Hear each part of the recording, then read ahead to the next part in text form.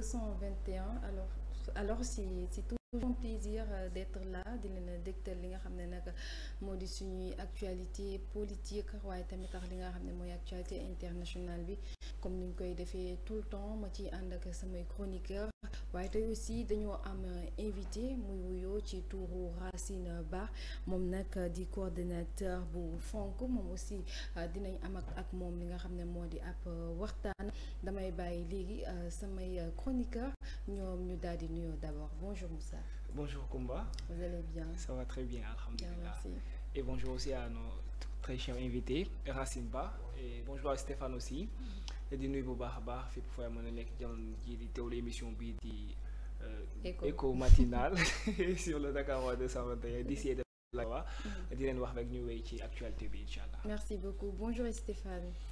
Bonjour la ravissante Koumba, j'espère que tu te portes bien, que tout se passe bien. Oui. D'accord, également notre invité et également Moussa, que je vois avec une belle chemise noire, franchement, tu vas magnifiquement. En tout cas, bonjour également à nos internautes qui nous regardent sur le Dakar 221, on est là pour vous servir. Merci beaucoup. Alors bonjour Racine, nuyu naa la. Bonjour Koumba. J'espère que yaa ngi ci jàmm. Alhamdulillah. ma bàyyi la nga nuyoo mbokku internet yi. Merci beaucoup Koumba ñu ngi leen di jaajëfal bu baax ci invitation bi ak sa équipe seen chroniqueur Moussa Steph aussi di jiital néew bi notre directeur général du COUD docteur Ndéné Mbodj di ko nuyu bu baax ak l'ensemble du mouvement surtout suñu coordonnateur au niveau de Kaolack Mame Baye Niass ñu ngi koy nuyu ak ñoom tonton ko gars yëpp ñu ngi leen di bëgg bu baax ñu ngi ñaan di suivre l'émission. D'accord. Merci beaucoup Racine. Alors tout de suite dañuy dem régie ñu ñëw nag ci leeralu xëtt yéenekaay.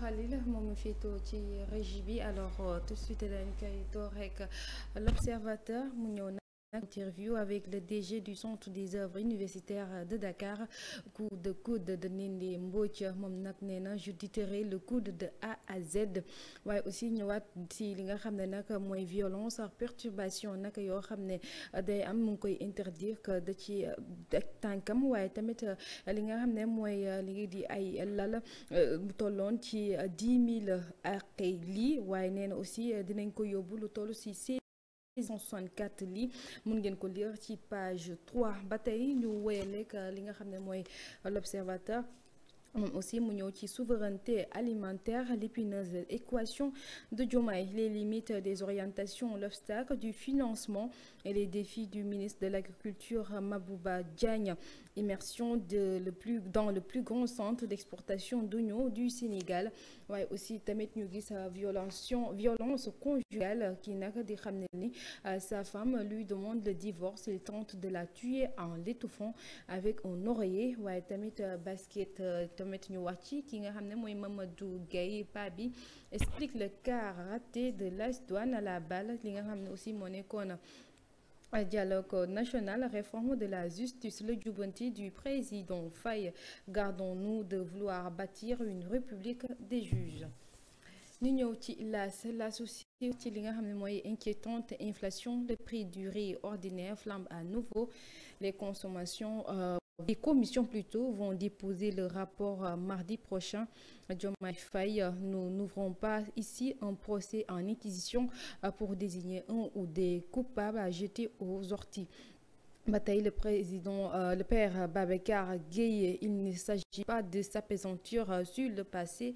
Ñu ñëwaat tamit ci li nga xam ne mooy réforme en profondeur de la justice 8 jours pour convaincre ki nga xam ne tamit mooy plainte de Ababacar Mboup Badiakhaté a été extrait de sa cellule édition et placé en garde à vue état-major de l'armée de terre l'exil du général Kandé fait Diazer pénurie d'eau à Keur Massar le village de l'ancien ministre de l'eau assoiffé ñu ñëw ci les échos aussi wax ci li nga xam ne mooy service des maladies infectieuses et tropicales de l'hôpital Fann professeur Moussa Seydi veut mettre en place une bibliothèque destinée aux patients et aux accompagnants et fait appel aux bonnes volontés waaye tamit li nga xam ne mooy assise de la justice l'absence remarquée et injustifiée du premier ministre Ousmane Sonko, extrait de sa cellule entendu sur une nouvelle plainte. Les Échos ñëw ci li nga xam ne mooy kii di Bah Diakhaté moom nag mu mel ni dafa daal di bañ ngir nag répondre li nga xam ne mooy question yu ko doon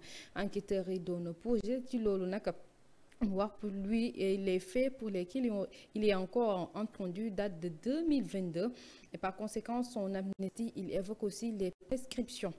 Bataille qui assise sur la réforme et la modernisation de la justice à la barre. Diomaye Faye, œuvre collective, démarche participative, exercice de co-construction doivent guider notre action. 3 commissions pour se pencher sur 9 principales thématiques. Affaire de la fille de Mansour Faye, la police la version, les agents relevés puis mise en salle de disciples. Sénégal vise RD Congo, stade Abdoulaye Wade. Les prix de billets varient de 1000 à 15 000 francs. Le quotidien exilé le quotidien revient aussi si li nga xam ne nag mooy exil à l'ambassade du Sénégal en Inde. Général Kandé se rebelle. Il décide d'attaquer le décret qui le nommait attaché militaire à New Delhi. Il est remplacé à l'état-major de l'armée de terre par J. Magat Ndiaye. waaye tamit li nga xam ne mooy wàllum alimentaire tamit quotidien ñëwaan na si li xam ne rek on ne peut pas parier sur la souveraineté alimentaire.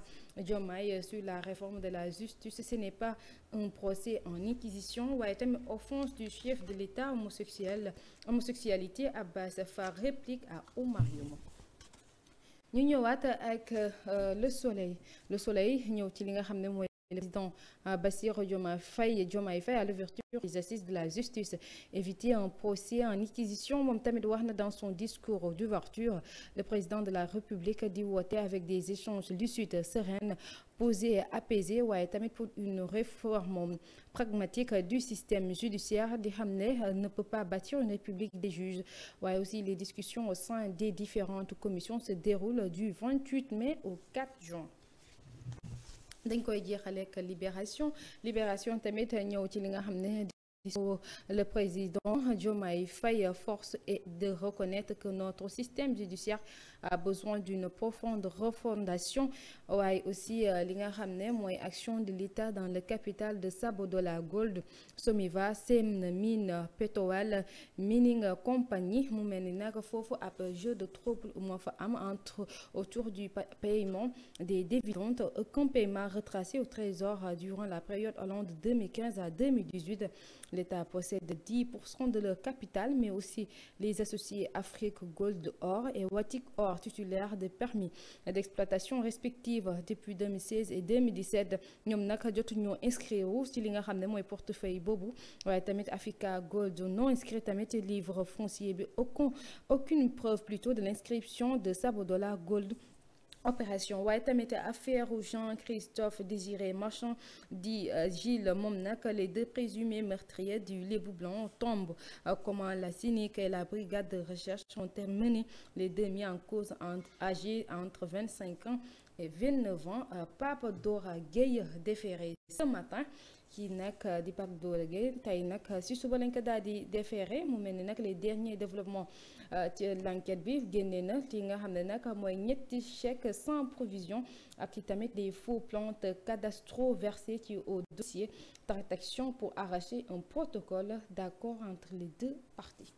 Et voilà, c'était tout pour la revue de presse. mu mel ni nag lii moo gënoon fës ci li nga xam ne nag mooy xëttu yéenekaay alors dañ koy woyaleek li nga xam ne nag mooy suñuy waxtaan ndiki tey thème bi nag comme ni xam nañ lépp démb li jotoon na xew ci dialogue ba mu meloon ne ab réforme ci li nga xam ne mooy wàllum suñu justice ngir rek xool nu ñuy fexe ba jéem a defaraat li nga xam ne moo di suñu justice. Alors yow Moussa la ban jàngat ngay def ci loolu? Alors merci Koumba. Hier c'était cette rencontre qui concerne la justice. mu nekk rencontre boo xamante ne nii véritablement chacun a sa façon d'apprécier cette rencontre. Mais li ma ci mën a wax rek mooy que c'était une rencontre inévitable bu fekkee ne bëgg nañ aujourd'hui que le Sénégal soit un Sénégal de paix, un Sénégal de justice. ndax on a beau avoir des textes, mais parfois les textes sont caducs, wala parfois les textes ne répondent pas ci li nga xam te ne moom mooy les réalités de notre société. Donc bien évidemment il faut parfois regarder les choses, xool lañ yan coppite lañ ci war a andi pour mbir yi jaar yoon. Donc je pense que c'est l'initiative que le président de la République a relativement à ce pays pour que justice bi jaar yoon, parce que bu ñu gisee moom dañ ko jàppoon te liñ ko jàppee woon véritablement moom jàpp na ne peut-être dafa waroo ak li nga xamante ni moom mooy yoon. Donc je pense que su toogee dafay am xalaat ci li nga xamante ni moom moo concerne la justice. La justice nag bu ñu ko waxee toujours ku nekk dafay bëgg qu'il y ait d'abord cette indépendance de la justice. Mais avant l'indépendance de la justice, il y a aussi ce qu'on appelle les acteurs de la justice. ñi nga xamante ni ñoom ñoo am les mêliers dans la justice, ñi nga xamante ni ñoo tax ñu naan justice. Parce qu'aujourd'hui quand tu parles de la justice, tu fais allusion aux magistrats, tu fais allusion aux greffiers, tu fais allusion aux administrations pénitentiaires. Donc chacun d'eux am ci benn part de responsabilité boo xamante ni moom lay doxal, am ci pàcc boo xamante ni bu am solo moom lay def. Parce que aujourd'hui si on regarde les greffiers, ils sont indépendants, ils sont véritablement c'est un élément crucial ci dans un jugement. Greffier fu mu amul jugement mënu fa am, juge fu mu amul jugement mënu fa am. Après le jugement aussi ñi nga xamante ni ñoom ñooy les administrations pénitentiaires ñoom ñooy intervenir pour tëj ñi nga xamante ni ñoom ñooy les coupables, ñu considérés comme les coupables. Mais boo xoolee dans le statut des magistrats, c'est-à-dire il y a beaucoup de choses yoo xamante ne ni war nañ ko réformer. C'est-à-dire trouver woon nañ des réformes ba nga xamante ni les magistrats à 68 ans dañuy dem retraité. Les magistrats am na lu bëri yoo xamante ne ni aujourd'hui c'est à revoir. Lu tax parce que un magistrat parfois nga jël koo xamante ne ni c'est un magistrat mu dem ba mu dese ko 2 ans par exemple pour mu dem retraite nga jël nommé ko ci poste de responsabilité boo xamante ni daf lay leer ne dana fa defaat encore benn 5 ans wala benn 6 ans fekk passé na sax nga xamante ne nii moom mooy carrière. Donc mu nekk loo xamante ni loolu c'est une parenthèse bu war a permettre aujourd'hui les magistrats képp koo xamante ni nii sa carrière jeex na nga génn ci li nga xamante ni moom mooy fonction bi pour permettre à la jeunesse ñi nga xamante ni ils ont fait le droit, ils ont étudié le droit, ñu mën a ouvrir des concours à ce que ñooñu mën ci accéder à ces carrières là. Alors leneen lu concerné li nga xamante ni moom mooy les greffiers. Parfois li tax justice bi ñu war a réformer ci côté yooyu aujourd'hui les greffiers am nañ la possibilité dem grève te bu fekkee ne dans un jugement il y a l'enquête, il y a l'instruction et le jugement. Bu fekkee ne dafa am partie yoo xamante ni obligatoirement il doit y avoir un greffier et que ñu toll foofu noonu les greffiers par ñu dem en grève, donc loolu dafay sooxeel encore la justice, dafay retarder encore ci li nga xamante ni moom mooy la justice. Donc mu nekk loo xamante ni véritablement war nañ ko xoolaat de telle sorte que les engagements yi nga xamante ni état da koy jël au regard des acteurs de la justice mu mën ko respecter nga xamante ni nii loolee du am. Alors leneen li am mooy lu concerner les administrations pénitentiaires. Aujourd'hui boo xoolee les administrations pénitentiaires li ñuy ñaata prison, plus de 30 et quelques prisons moo am au Sénégal, mais boo xoolee jumtukaay yi nga xamante ne ni moom la ñuy amalee pour mën a amal seen liggéey pour mu mën a ñëw parfois ça reste wala conditions yi nga xamante ne ni moom la ñuy dundee ça reste. Donc mu nekk loo xamante ni véritablement war nañ ko xoolaat de telle sorte que ñu permettre leen aujourd'hui ñu mën a doxal justice bi comme ni mu waree. Parce que aujourd'hui da ngay dem ci prison parfois nga dégg fa des cas de corruption wala nga nekk prisonnier nga mën a ger benn agent pénitentiaire. Donc loolu mu nekk loo xamante ni peut-être c'est parce que tout simplement li nga xamante ni nii moom la ñu yelloo amuñ ko au vrai sens du terme te loolu bu fekkee ne amuñ ko mën na poser problème. Su ma jógee ci les acteurs de la justice ma ñëw ci l'indépendance de la justice parce que il ne peut pas y avoir, personnellement à mon avis, il ne peut pas y avoir l'indépendance de la justice si véritablement am na loo xamante ne nii moo ngi am. C'est lié ce cordon ombilical là bi existe entre le ministre de la justice et le procureur de la République, parce que boo xoolee le procureur de la République il a tellement de pouvoir et le ministre de la justice aussi il a tellement de pouvoir te ñoom ñaar ñu nekk ñoo xamante ne nii ñoom ils ont de messe tous les deux te c'est ñoom ñëpp ñu rattaché wu sur le ministre de la justice. Donc loolu tant que moo ngi am, je pense j'ai bien peur qu'il y ait l'indépendance de la justice, parce qu'aujourd'hui si on regarde aussi les pouvoirs qui sont que le procureur de la République ces pouvoirs-là sont des pouvoirs tellement vastes, parce que si on regarde l'article 56 jusqu'à l'article 100 bu ñu xoolee foofu noonu le procureur de la République aujourd'hui kumba mën na la xool sa xol bi neex ko mu def la garde à vue. Donc ça veut dire mu def la am loo xamante ne ni si on ne regarde pas yan conséquences la mën a jur donc ça peut nous porter préjudice. Parce que aujourd'hui bu fekkee ne tey jàpp nañ benn Moussa mu def benn affaire ñu jàpp ko ci yaakaar naa ne c'est pas parce que Moussa la comme ça ñu war ko rafet, parce que aujourd'hui ça peut arriver à quelqu'un d'autre, parce que ci loi bi la. Ce sont des textes qu'on a érigés mu nekk suñuy texte ñun. Donc bu fekkee ne concerné na ma aujourd'hui, ça peut concerner une autre personne de l'autre part. Si on regarde l'article 28 du code de procédure pénale, aujourd'hui le ministre de la Justice il peut demander au procureur de la République mu daal di des poursuites ci kenn. Ces poursuites là le procureur de la République il est tenu mu def li nga xamante ni moom la ko ministre de la Justice sant. Donc mu nekk loo xamante ni tant que dissociation boobu am te ministre de la Justice fan la bokk exécutif moo ko nommé. Donc mu nekk loo xamante ni c'est un lien bu fort bu nekk entre l'exécutif et le judiciaire. te loolu dafa war a dañ pour nous permettre, pour que magistrats yi ñu mën a soumettre uniquement à l'autorité de la loi, parce que c'est ce qui est dit. Les magistrats dañuy soumettre sur l'autorité de la loi. Amul kenn koo xamante ne nii moom la ñu war a topp wala moom la ñu war a aujourd'hui bu fekkee ne beneen point bi mooy mujjee wax mooy sur le principe d'inamovibilité. La constitution dit clairement que les magistrats sont indépendants. L'indépendance de la justice constitution moom moo ko prévoir. Aujourd'hui on regarde les magistrats dañuy bénéficier le principe d'inamovibilité. Les magistrats du siège, je précise bien.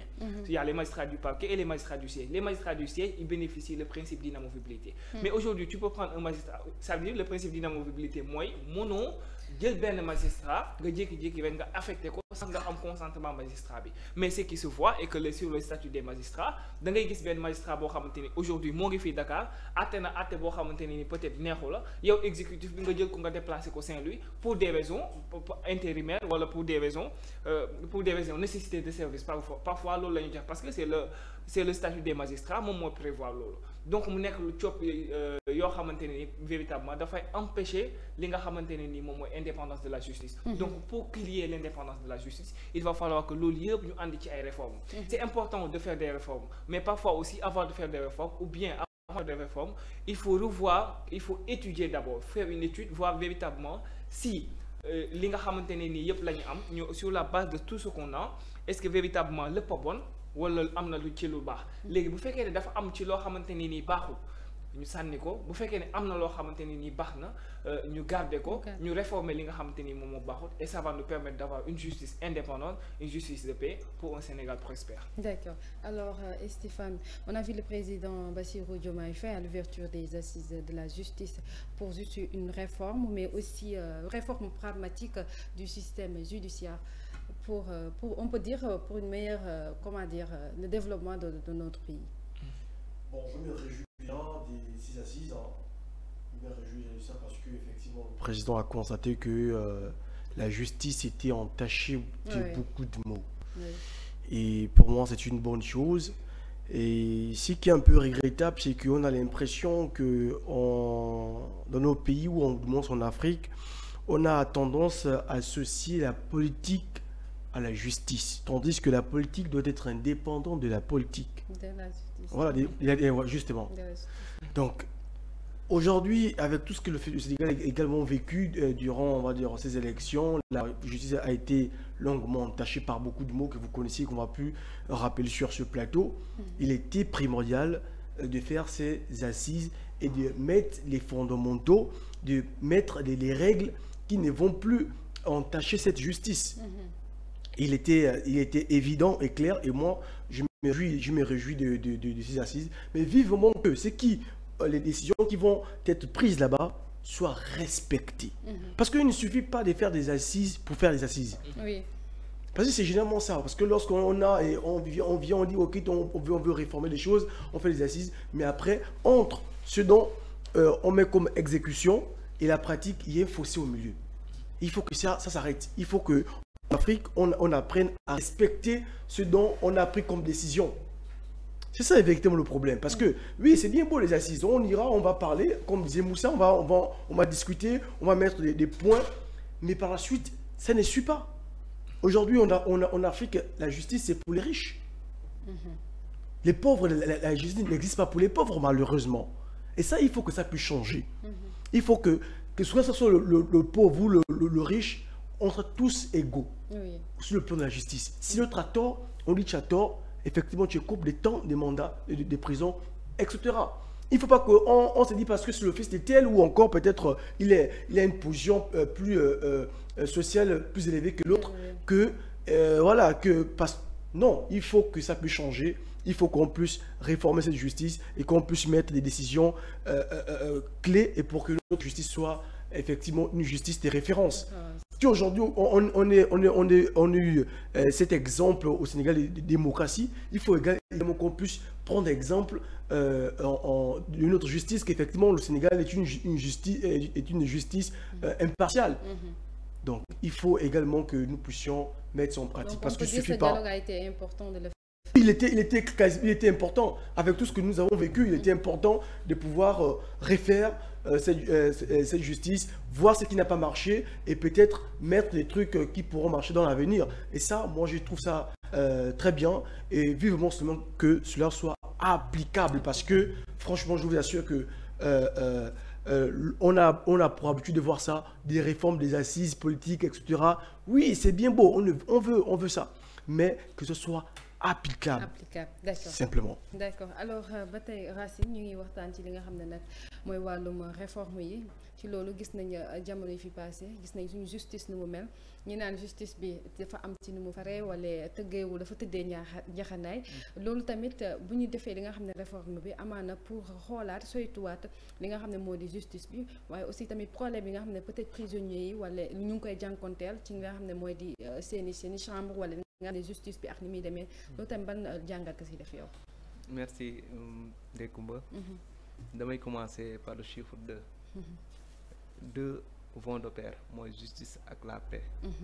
mënuñoo am jàmm fekk justice amul. donc mun wax ne moelle épinière ou bien le poumon de la paix mooy la justice indépendante. donc dañuy saluer dialogue bi am. et aussi di ci profiter wu di wax ne lii lañ doon xaar ci ñoom parce que ñoom am nañ le vécu gis nañ ni mois yi passé amoon la ñu tegoon seen kaw ñëpp ñaawlu woon ko la constance des Sénégalais ba ñëpp jëlal leen ay positions yu claires là-dessus donc bu ñu ñëwee yàlla dënk leen réew mi ñu def ces réformes c'est à saluer et ñu leen ci dee encourager parce que tamit les réformes c'est important mais nu ñuy def ba appliquer ko kon donc mën nañu wax ne lii lañ doon xaar ci ñoom te aussi justice mënuñoo am indépendance fekk l'exécutif am na ci benn lii ni moo adde ou bien benn maîtrise ou contrôle donc pour cette indépendance de la justice j'aimerais bien que mu am dissociation entre les deux pouvoirs l'exécutif et le judiciaire donc dama ko ci féliciter le président de la République et tout son gouvernement y compris son premier ministre que je salue au passage mais aussi mën nañu wax ne que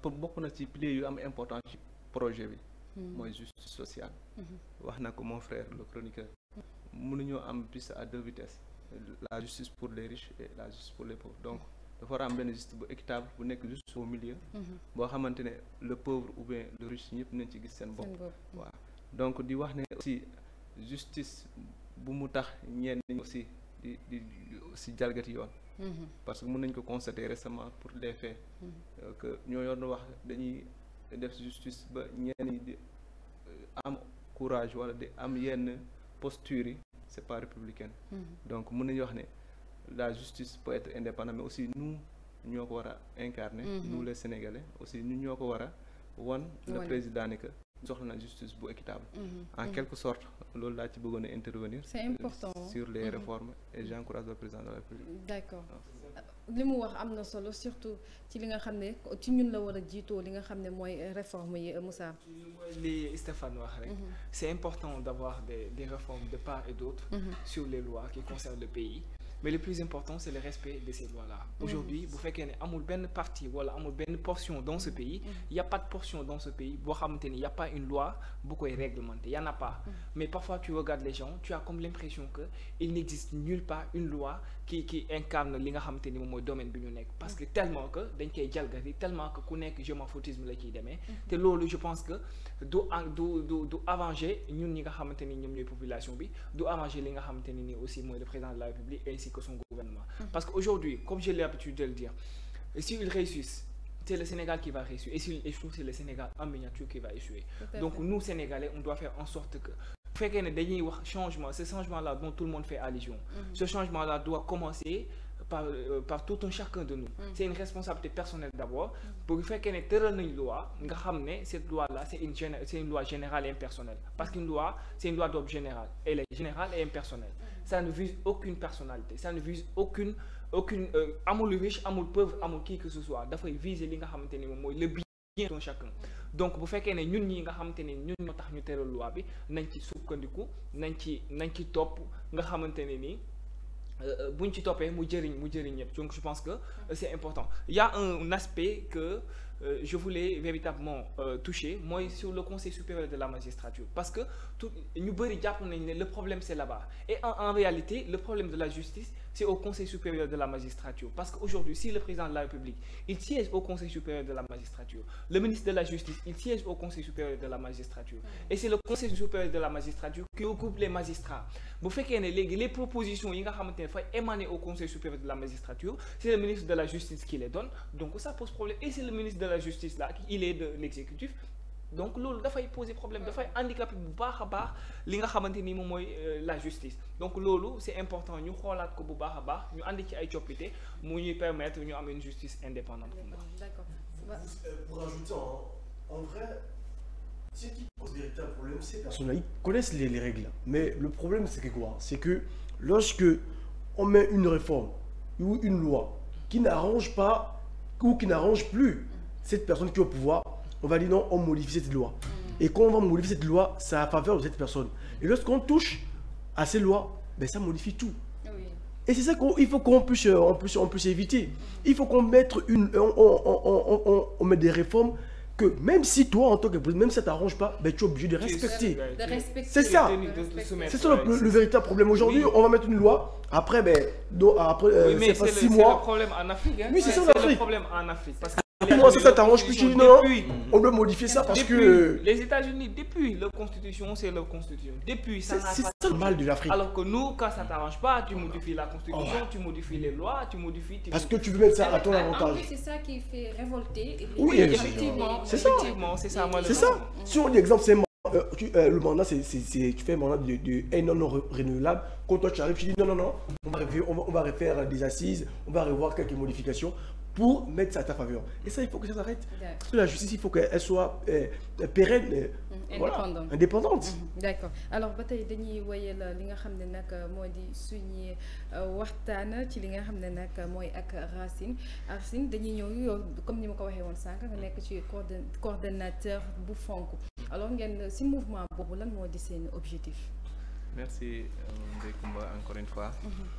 Mouvement bi mën nañu wax ne ñu ngi ko créé lu yàggul le 18 passé 18 mai. ñu ngi ko créé woon à Kaolack. Mais l'objectif principal de ce mouvement c'est de soutenir le directeur général du COUD. Mission bu mu am.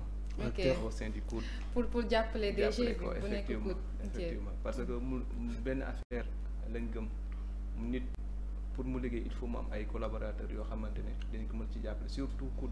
Entreprise bu mel ni COUD.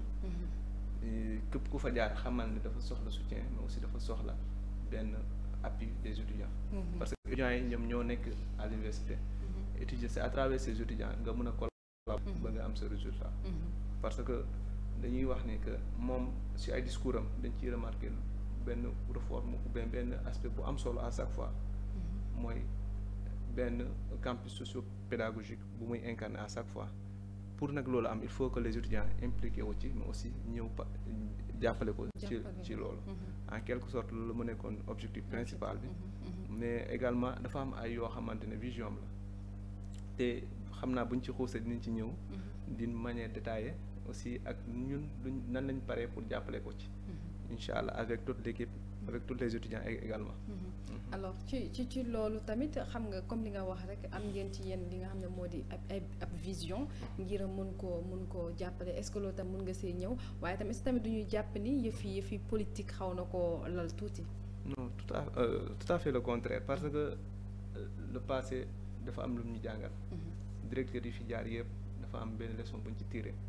dañoo ñëwoon politiser l'espace universitaire. lu tax nag moom mu ñëw jëlut partem wala jëlut cellule partem parce que yëpp xam ngeen ne parti yi mën nañu wax ne ils sont bien représentés à l'université surtout parti bu mel ni Pastef am na fa doole mais dafa ñëw mu teg benn mouvement boo xamante ne c'est un mouvement fédérateur toutes les partis on peut dire pour ne pas am distinction de couleur politique ou l'appartenance politique Pastef la bokk le directeur il est de Pastef donc ñun waa Pastef ñooy gérer non moom bu mu ñëwee dafa boole ñëpp woo ñëpp à l'union mais aussi woote en premier lieu la réconciliation parce que à l'université événement yi fi xew yëpp les deux parties ou bien les partis dañuy xoolandi di benn genre bët au fait et sur ce nag bokk na ci di ko gën a motiver ou lu ñu gën a motiver ñun yoo xamante ne sont ses collaborateurs à long terme yoo xamante ne commencé wut àggut dañoo collaborer ak moom au niveau local au niveau du département avant mu doon directeur général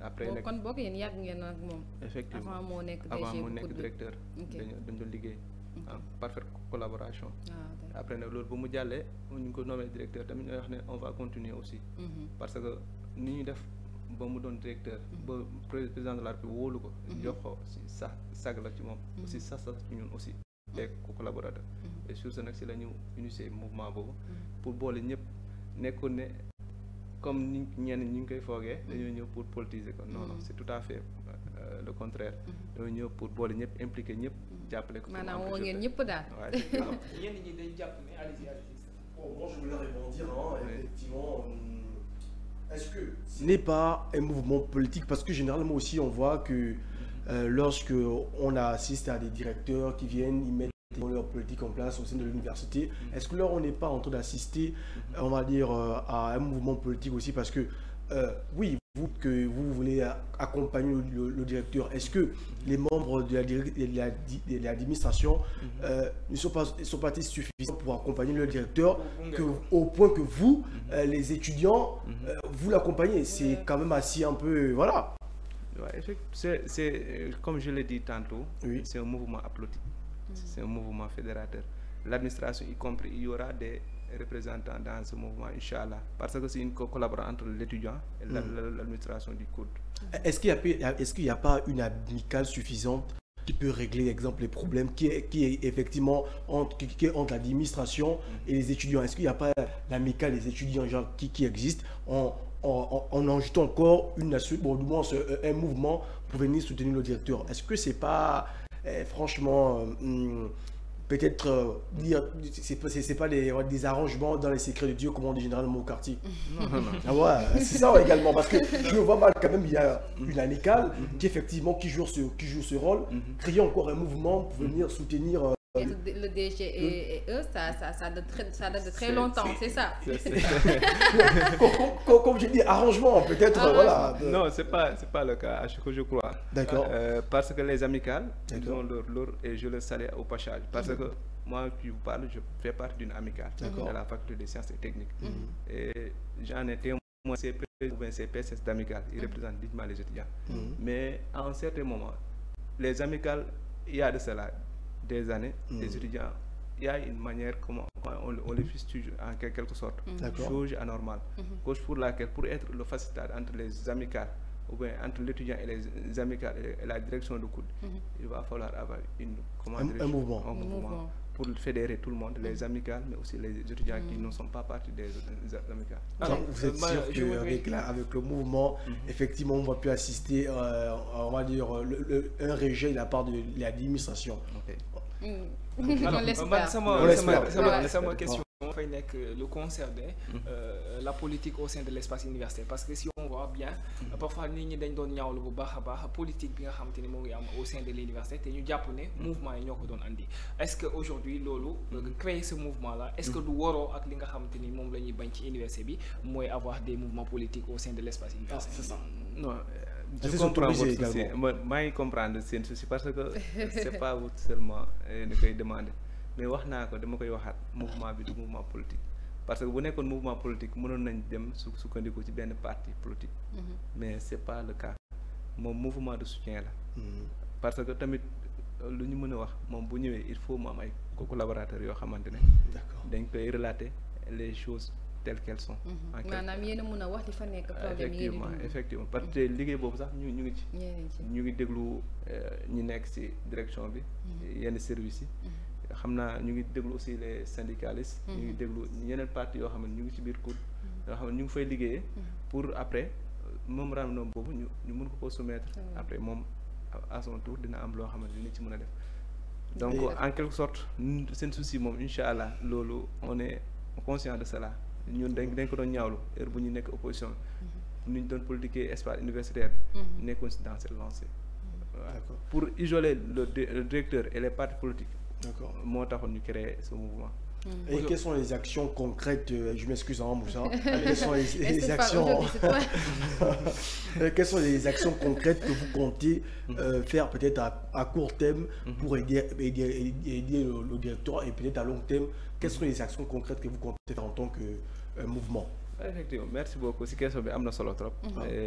Les questions ou bien les objectifs. Oui. Actions. Oui, les actions voilà, concrètes. Les actions à court terme, nous nous disons que si 1er juin bi nii am na benn activité bu phare de l'environnement bu ñu bëgg a organiser dañ ko bëgg a accompagner parce que keroog ñëw na bu muy def visite de chantier ou bien visite des services service environnement nga xam ne environnement une université gis na avancé mais on peut mieux faire encore. D'accord. Et sur ce mouvement bi pare na pour accompagner ko ba de telle sorte que le jour de l'environnement ce mouvement dañ nekk sur le terrain ak moom ak toute l'administration ak tout le service environnement pour jàppale ko si loolu à long terme aussi am na luñ koy pare loo xam lu am solo la des journées de d'investiture humaine ou bien des journées de nettoyage des pavillons parce que pavillons yi des fois hygiène day xaw a demee nen personnel bi des fois day def défaut du ko mate waaw du ko mate donc mouvement bi dina se lancer wu mais aussi dans tous les aspects mooy yoo xamante ne dinañ ko mën a apporter suñu soutien dinañ ko ci taxawee waaw de telle sorte que moom dina xam ne il est bien entouré aussi mais dina xam ne moom du kese moom moo nekk ci le combat waaw ci liggéey bi ñu ñëpp ci jàpp incha allah. alors est-ce que kii bi mouvement bi dafay yem rek ci mbiru DG bi au sein de l'espace universitaire wala ci mbiru DG bi la partout fu mu mënti nekk parce que bu fekkee ne dafay génn partout fu mu mënti nekk DG bi bu génnee université donc mbubu politique lay sol sootul mbubu DG mbubu politique lay sol est-ce que mouvement bi da ko fas yéene gunge mu nekk ci biir université bi ak ci biti université bi. merci beaucoup loolu bëggoon naa ci ñëwaat parce que mouvement boo xoolee lu tax ñu créé woon ko à Kaolack c'est un mouvement pour soutenir ko dans tous ces aspects mooy bu mu nekkee directeur après directeur moo tax boo xoolee nu ñu ko constitué dafa am ay coordination sous section man section ICAT bi laa nekk di coordonner mais am na beneen section boo xamante au niveau du département de Kaolack suñ benn grand frère moo koy coordonner mooy Baye Niass Def moom mooy le coordonnateur du département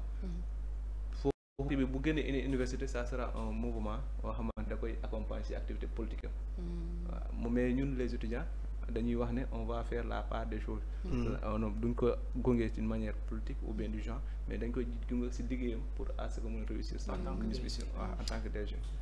D'accord. Je vais également insister sur ça. Est-ce que vos actions que vous allez poser ne vont pas empiéter, exemple, sur les actions des amicales? Ça, c'est également ce problème. Pour ne pas avoir des frustrations. Parce que on est également confronté à ça, des mouvements qui empiètent sur, exemple, les programmes des amicales. Parce que, comme vous avez cité les actions à long terme, est-ce que vous êtes rassuré que les amicales, effectivement, ce n'est pas dans leur programme? Ah, c'est également ça, pour ne pas avoir des frustrations avec vos frères. Hein? Oui, c'est pas pour répondre à la place de Racine. Les amicales, parfois, même si au sein de l'espace pédagogique, le campus social et pédagogique, parfois, les amicales agissent dans les deux à la fois. D'accord. Voilà, donc ça peut pas. Ça peut pas comme on dit, donc mun nañ ne foofu peut-être développement dina fa di ngeen mën a gaaw mun ko gunge. effectivement te maa ngi rassurer sama frère. waaw rassurer ko d'accord. est-ce que il faut qu'il te rassure. d'accord waaw c'est ça. illustration am boobu parce que ñun ñu nekk ci mouvement par la majeure partie yëpp ñu ngi ci amicale yi. kon donc xam nañ suñ domaine de définition fan la yem. ak aussi domaine de définition amicale yi fu mu yem. juste que loolu c'est pour fédérer tout le monde. en quelque sorte parce que amical des fois am ñoo xam dañuy jaar ni dafa am ñaar type d'amical. facultaire et local. Chacun dans son registre tout ça. Effectivement donc le mouvement bi day nekk benn mouvement fédérateur boo xamante ne day réunir toutes les amicales en quelque sorte. mais également les mouvements yoo xamante ne dafa am ci biir université les mouvements culturels. comme vous le constatez loolu yëpp dañ leen ci woo parce que tamit une université les mouvements culturels les mouvements ou bien les amicales yëpp dañ ci am solo ñooñu yëpp lañ ci woo ci liggéey bi ñu xam ne ñun ñoo ko mën a jàppale pour mu réussir sa mission. Super. Parce que moom boo amee benn vision bu claire et nette étudiant yi bu ñu ko si jàppalewul je pense pas que moom mun ko réussir. C'est dans cette chose que mouvement bi judd woon en quelque sorte. En tout cas on vous souhaite bonne chance et voilà. Et que mettez juste. Moussa boo amee loo ci dolli rek xam naa temps bi xaw nañoo xoj tuuti. parce que Khalil mu ngi may kii ci ndopp bi naa ma dañ gaaw quoi. ma wax lan mooy message am dernier mot am rek. mot de la fin ci waa merci. comme vu que déjà énuméré nga action yi wax nga ñu action yi. effectivement merci beaucoup en tout cas lu ñuy woo mooy ci mbokku étudiants yëpp. de quelque bord lu ñu mënti nekk ñoo xam ne mouvement bi seen mouvement la. mouvement soutien la képp koo xam ne pare na pour jàppale projet bi. ou jàppale la mission du directeur. duñ la ci woo. bañ a foog ne mouvement bi dañ ko ñëw pour ay comme yu doon am fii c'est diamétralement opposé ñun dañu am benn plan d'action bu clair et net boo xamante ne avec le temps on verra nos actions d'une manière concrète sur le terrain incha allah. Et aussi ñu ngi woo suñ mbokk Saloum Saloum yëpp parce que dañuy wax ne directeur aussi un Saloum Saloum comme à Kaolack ñu ngi ci woo ñëpp ñu ñëw jàpp si section UCAD bi mouvement bi moo tax ñu boo xoolee nuñ ko intitulé force ouverte ñëpp ci mën a intégrer ñu ñëpp waa ñëpp nañ ñëw intégrer ci jàppale ko pour mu réussir sa mission première mais également ñu mën a exécuter sa vision qui est jëlee fi ou bien la rivalité entre les deux campus pédagogique et social mooy moo am de telle sorte que moo am benn campus socio-pédagogique autant lu ñu doon remarqué rectorat mooy campus pédagogique bi dafa détaché woon c'est ak yenn activité ak le campus social kon donc pour loolu mën a am nag il faut que les étudiants ñëw jàppale ko mu ñu xam ne social bi mënut a dem sans pédagogique mais également pédagogique bi mënut a dem sans le social en quelque sorte loolu laa ci bëggoon a terminer et ñu leen di remercier bu baax ci invitation bi. merci beaucoup Racine waaye da ngay des ak ñun le temps que ma terminer ak Stéphane pour les actualités internationales. Nous allons démarrer au Nigeria. Bilan de 1 an de présidence et de réformes controversées menées par Bello Tinubu. Effectivement, on part au Nigeria ce mercredi 29 mai. La première année au pouvoir du président Bola Tinubu s'achève au Nigeria. 1 an de pouvoir et 1 an de réformes menées au par de course, notamment dans le secteur économique, mais aussi de grands travaux controversés, alors que sur le plan sécuritaire, la situation ne semble pas s'améliorer. D'accord. Élection générale en Afrique du Sud, plus de 27 millions d'électeurs appelés à se rendre aux urnes.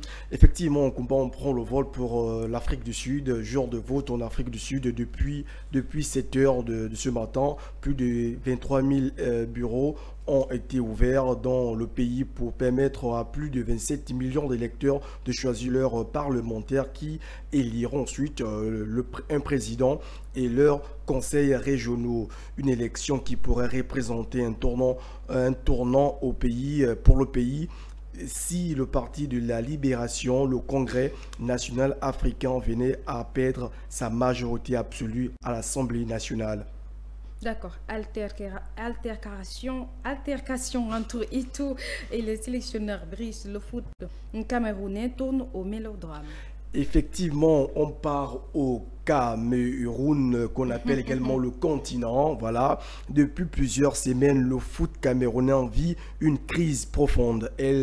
Elle oppose le ministère du Sport, Narcisse Mwele Kombi, et Samuel Eto'o, qui est le président de la Fédération camerounaise de football. Une réunion entre le nouveau sélectionneur Marc Brice et Samuel Eto'o s'est terminée par un coup de sang de l'ancien joueur du FC Barcelone. D'accord. Et on termine chez Abdel Ngora, Gabon, début de la visite de travail à Paris du président de transition Brice Oligui Nguema.